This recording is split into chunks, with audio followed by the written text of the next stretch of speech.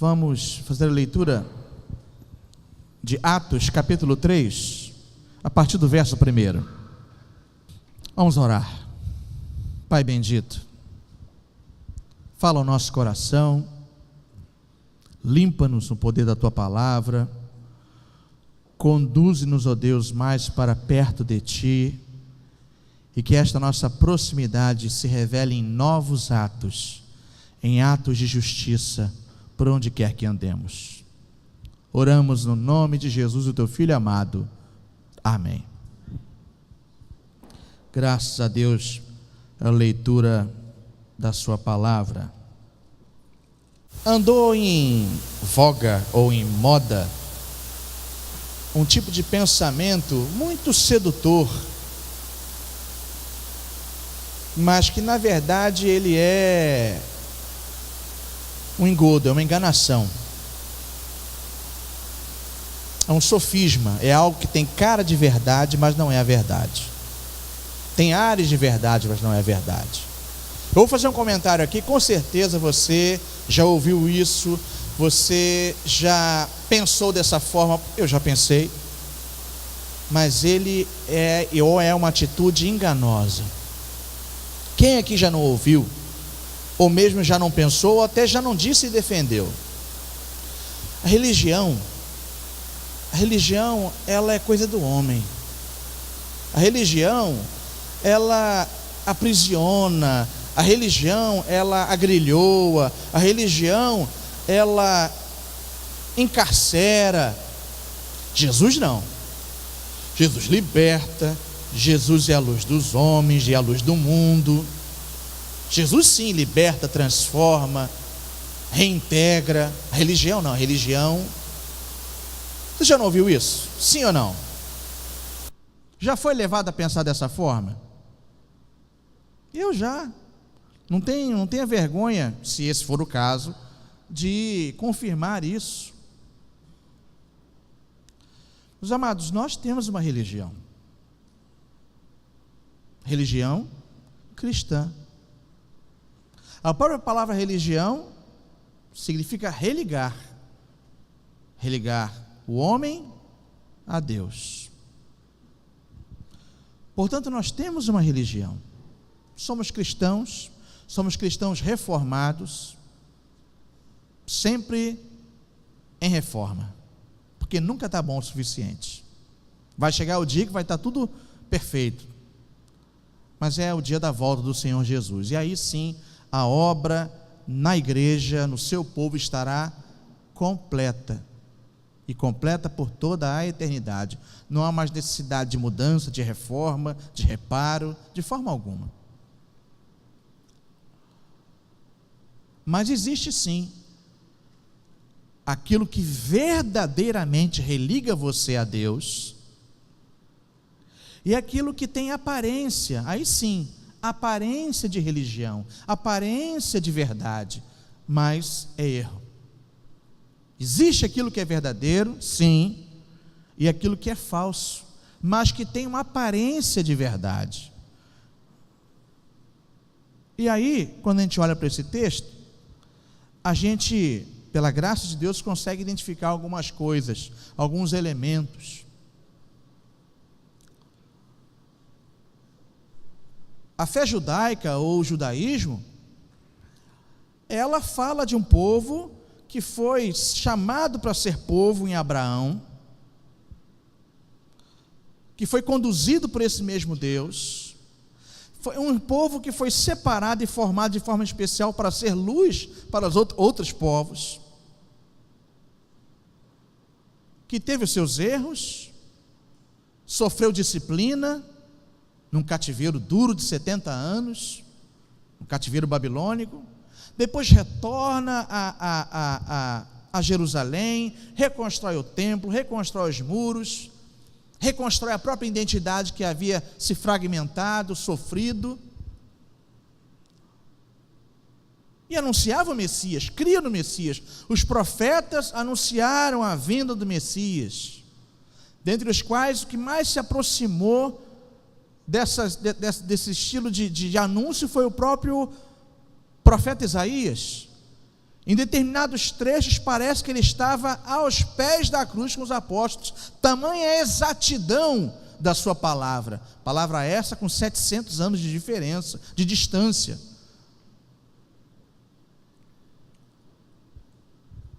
Mas a verdade, quando Jesus chega, ele veio para aqueles que lhe pertenciam. Ele veio para os seus, mas os seus, diz o Evangelho de João, não receberam. Mas a todos os que receberam, lhes deu poder de serem feitos filhos de Deus. Você e eu, pela graça infinita do Pai, pela maravilhosa graça do Senhor Jesus. Eu vou falar alguma coisa que pode parecer até um pouco espantoso, mas a verdade é que o cristianismo não deveria ter surgido e nós temos o judaísmo e o cristianismo. O judaísmo é que deveria ter passado para a próxima fase.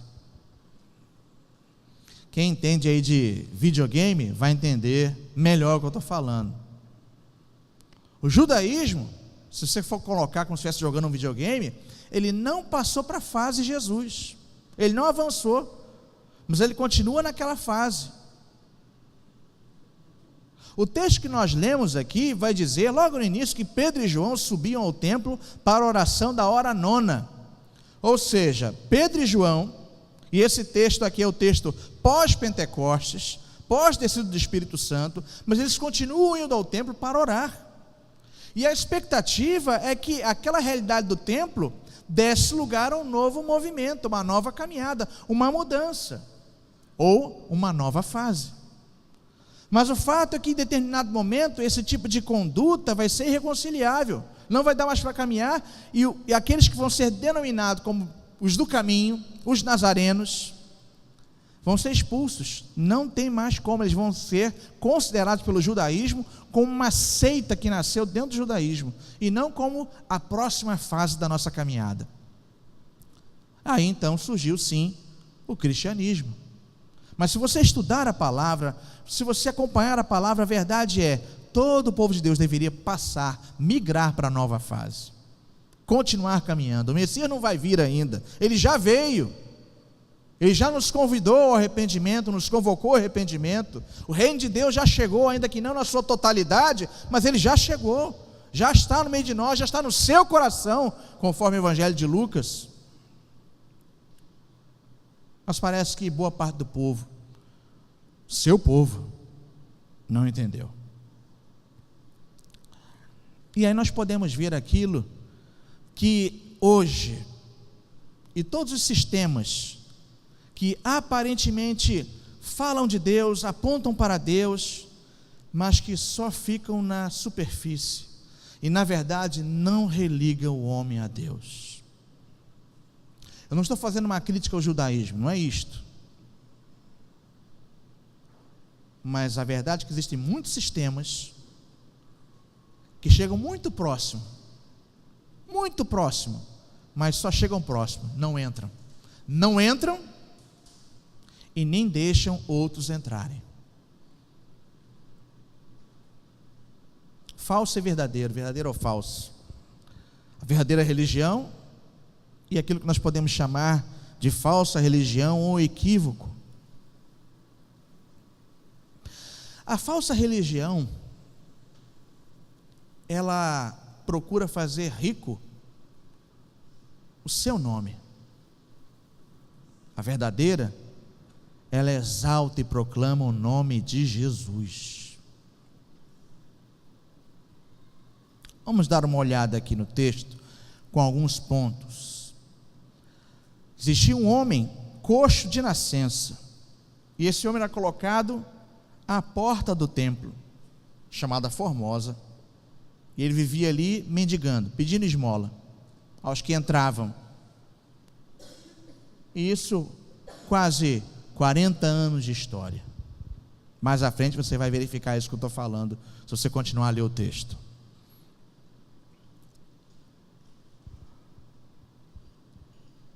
E nesse momento em que aquele homem havia colocado, como numa das muitas vezes que se repetia ao longo da sua vida, alguém que era colocado sempre à porta do templo, mas não no templo. Aí você fala, pastor, mas segundo a lei e segundo a época, ele era alguém aleijado, era alguém, segundo o entendimento, marcado por Deus, era alguém que havia sido vacinado por algum pecado, e por isso ele não poderia estar no templo. Ok, mas a gente vai ver o que de fato a religião que nos liga a Deus faz.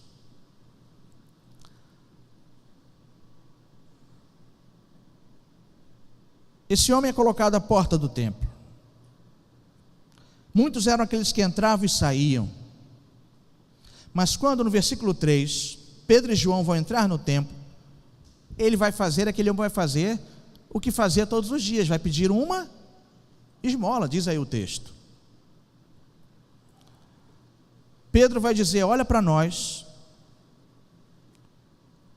e depois ele vai dizer que ele não possui nem ouro nem prata, mas o que ele tem, ele dá. Em nome de Jesus Cristo Nazareno anda. Não é o templo, não é o poder sacerdotal, nem qualquer outra coisa que o valha,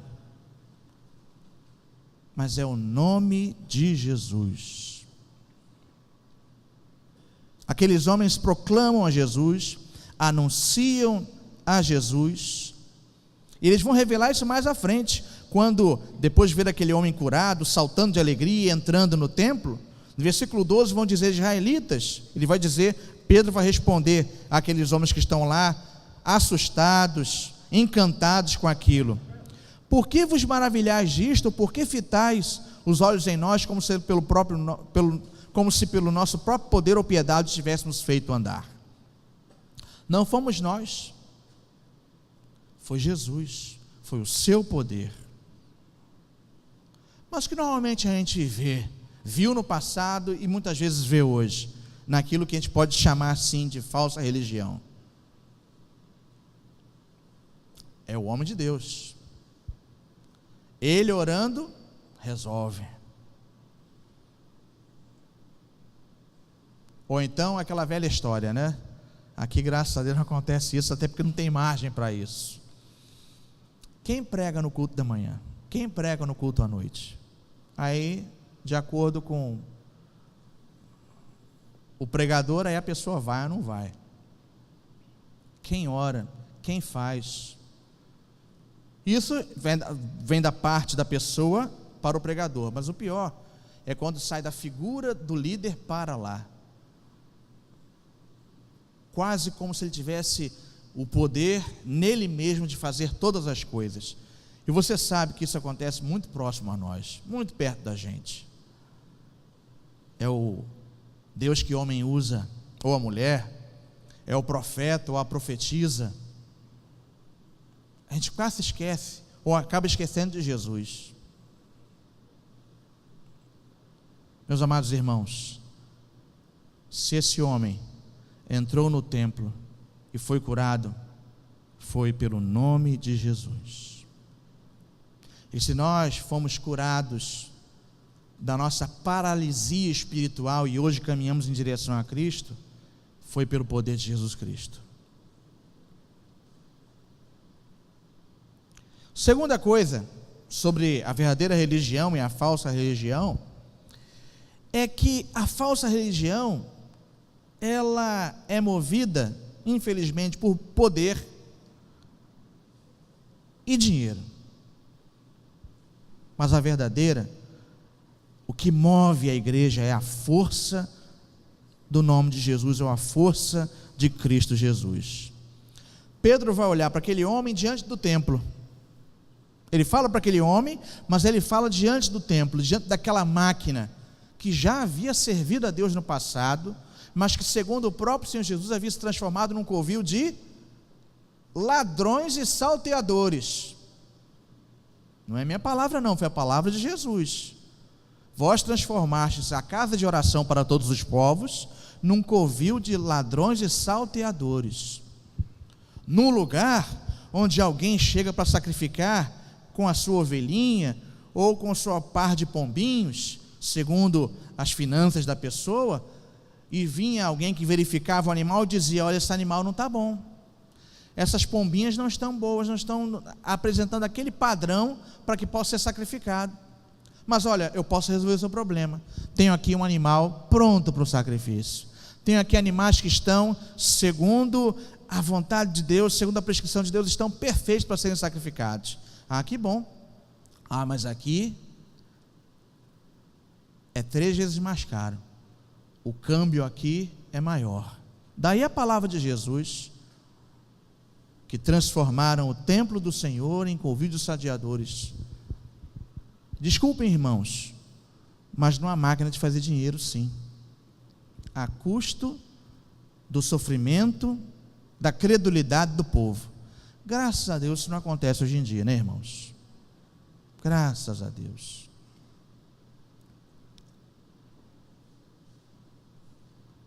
Pedro diz que não possui nem ouro nem prata.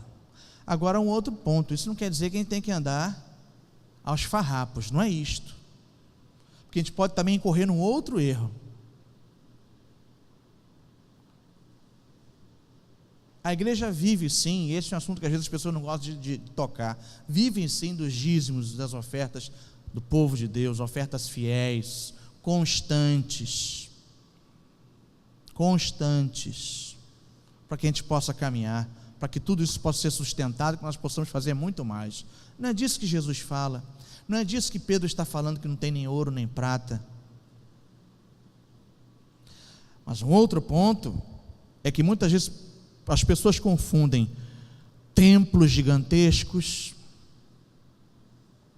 com aquilo que de fato transforma o coração do homem. Tem muita gente assim, mexida emocionalmente, com a visão daquilo que é grande, que é imenso, que tem brilho, que tem luz, que tem o melhor instrumental, que tem tudo de ponta. Não sou e não somos contra nada disso, nada. O que pudermos ter, teremos. Sim ou não, pastor? Teremos. Não é? O problema não é ser contra isso, o problema é se aquilo que move você é isso, ou se é a palavra, ou se é Jesus, o Espírito Santo que trabalha em nossos corações. O que tem movido você é o encanto com as coisas, porque as coisas passam, movimentos passam, mas se o que trouxe você, o que move você, o Senhor Jesus, tudo pode passar, e nós vamos adorar a Deus aqui, num templo para 5.000 pessoas, ou numa choupana à luz de vela, o nosso louvor será o mesmo, porque o que nos move é o nome de Jesus. Para a gente pensar, a religião não faz rico o seu nome, mas proclama Jesus. A falsa religião, ela é movida sim por estas coisas, mas a verdadeira, a força é Jesus. E a falsa religião, em último lugar, ela não faz entrar o necessitado, mas ela se serve dele, o deixa sempre à porta. Mas a verdadeira religião, aquela que nos religa com Deus, ela não só endireita o necessitado, mas o coloca para dentro da casa de Deus.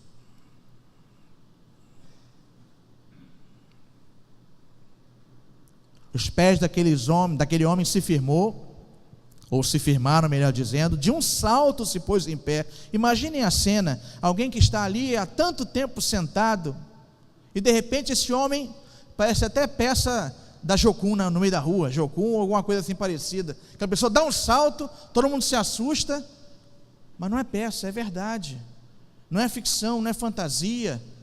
Um homem que estava ali à porta da casa de Deus, agora salta, se coloca em pé, e Pedro e João o colocam para dentro, e ele diz o texto que vai entrar saltando e louvando a Deus. E aí eu quero também dar uma cutucadinha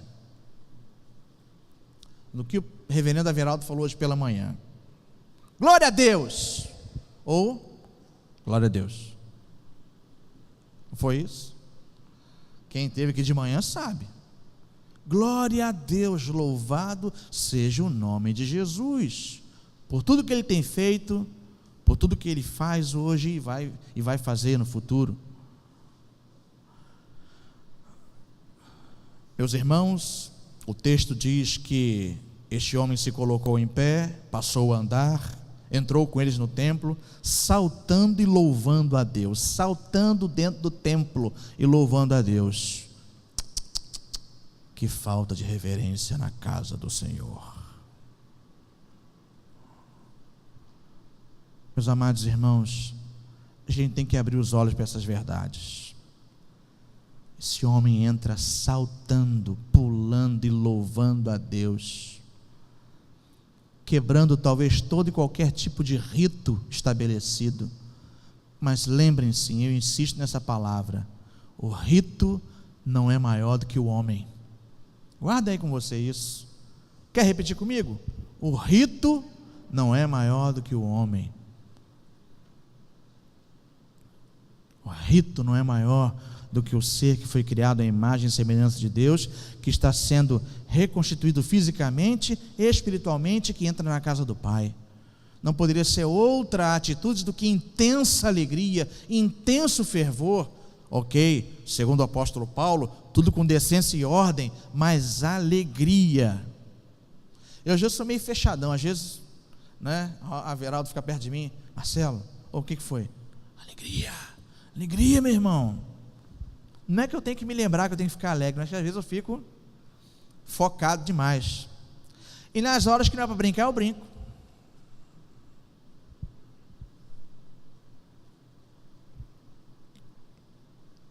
Alegria. É esse Cristo que quebra paradigmas, é o Cristo que fala com mulheres à luz do dia, é o Cristo que toca em leprosos, é o Cristo que quebra paradigmas, que faz os fariseus, os escribas ficarem invocados com ele, brabos, porque fazem da tradição algo maior do que a lei havia prescrito.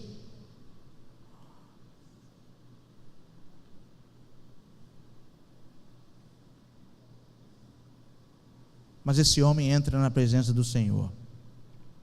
O necessitado é inserido na família de Deus.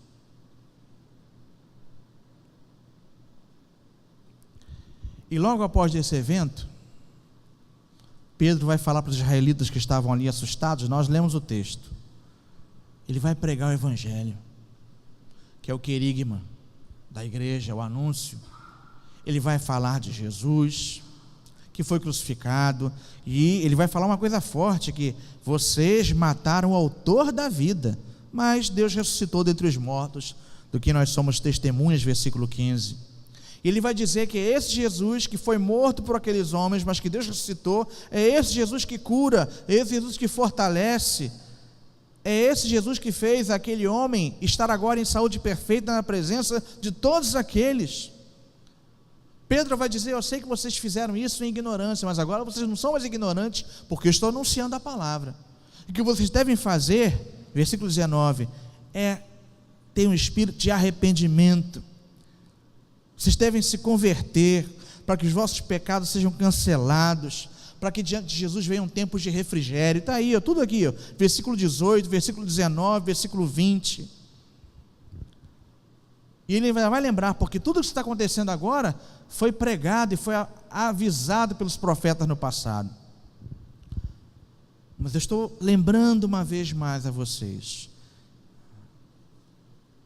tudo isso se deu aqui, na vida desse homem, pode também acontecer na sua vida, disse Pedro àqueles homens.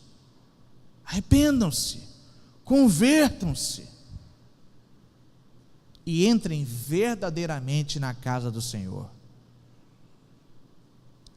E isso que aconteceu aqui, pode e acontece aqui, hoje.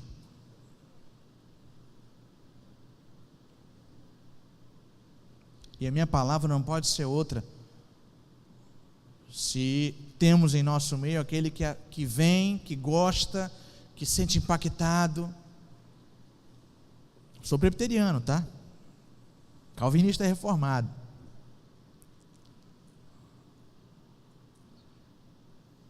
Mas eu não posso fazer outro convite a não ser: arrependa-se. Arrependa-se. Confesse os seus pecados a Deus. Caminhe em direção a Ele, porque Ele hoje está caminhando na sua direção. Ele hoje está caminhando na sua direção. Caminhe com Cristo. Arrependa-se. Experimente a ação do Espírito Santo na sua vida. E entre na presença dele, saltando e pulando de alegria, louvando a Deus com tremenda intensidade, porque Ele faz novas todas as coisas, porque Ele muda a vida da gente. Eu não gosto daquela palavra, hora que melhora. Nem melhora, Cristo não melhora, Cristo resolve, muda. Pensa nisso, meu irmão e irmã. A você que já experimentou isso, caminhe firme. Mas a você, talvez que tenha estado no nosso meio, mas que ainda não tomou aquela decisão, decida-se. O Espírito Santo está falando ao seu coração. Entregue a sua vida a Jesus Cristo e caminhe com Ele, e você vai perceber e experimentar como o Senhor é e o que de fato Ele pode fazer na sua vida. Que Deus muito abençoe a Igreja das Américas, nosso pastor e os pastores, nosso conselho, as forças vivas da igreja. Deus abençoe a todos em nome de Jesus. Amém.